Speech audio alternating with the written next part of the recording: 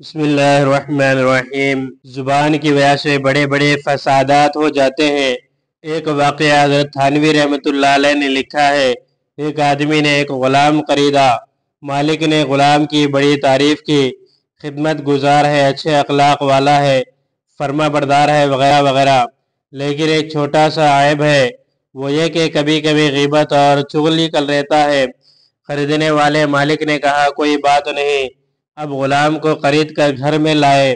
کچھ ہی دنوں کی خدمت سے گھر والے اس کے گرویدہ ہو گئے، بڑی تعریف ہو رہی ہے، صاحب غلام ایسا ہے ویسا ہے، معلوم نہیں کتنی خوبیاں بیان ہو رہی ہیں، اور سب کے دلوں میں انسیت پیدا ہو گئی۔ لیکن خریدتے وقت بیچنے والے نے جو عیب بیان کیا تھا وہ ذہن سے نکل گیا، چونکہ غلام اپنے عادت سے مجبور تھا۔ اسی لیے ایک دن موقع دے کر اپنے مالک سے کہا کہ حضور ایک بات عرض کرنی ہے، لیکن کوئی نہ سنے۔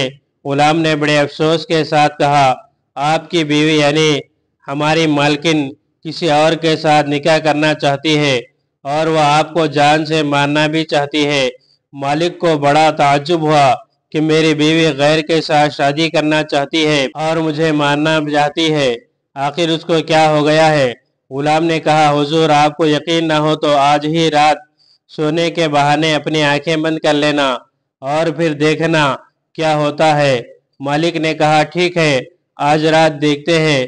مالک جب باہر چلا گیا تو غلام اپنی عادت کے مطابق مالک کی بیوی کے پاس بھی گیا اور کہا کہ مالکن میں آپ کو ایک بات بتانا چاہتا ہوں۔ مالکن نے کہا ضرور کہو۔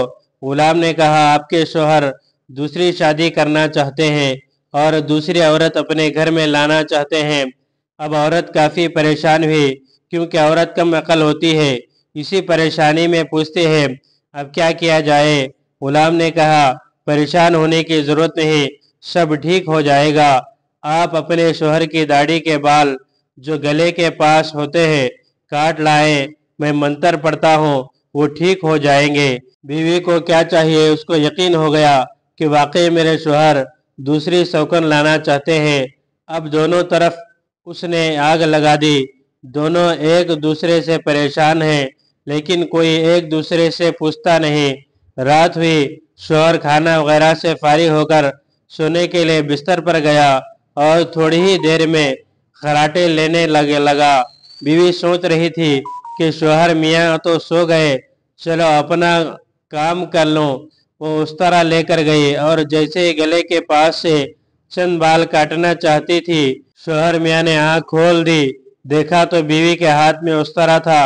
شوہر میاں کا شک یقین میں بدل گیا اور کہا تو مجھے قتل کرنا چاہتی ہے، چنانچہ اسی وسترے سے بیوی کا گلا کاٹ کر ختم کر دیا۔ تو ایک چغل خوری سے بسا بسایا گھر لٹ گیا، برباد ہو گیا۔ یہ صرف اس زبان کی وجہ سے۔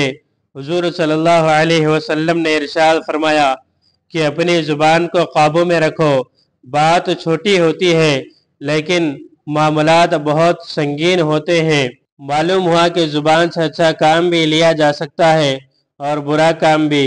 دوستو اللہ تعالیٰ کا شکر ادا کرنا چاہیے کہ اللہ تعالیٰ نے ہم کو زبان دی ہے، اور زبان بھی کیسی کہ اس سے ہم اللہ تعالیٰ کا ذکر کریں، نماز پڑھیں اور تلاوت کریں، اور اپنی اس زبان سے دوسرے لوگوں کو نیک مشورہ دیں اور فائدے پہنچائیں۔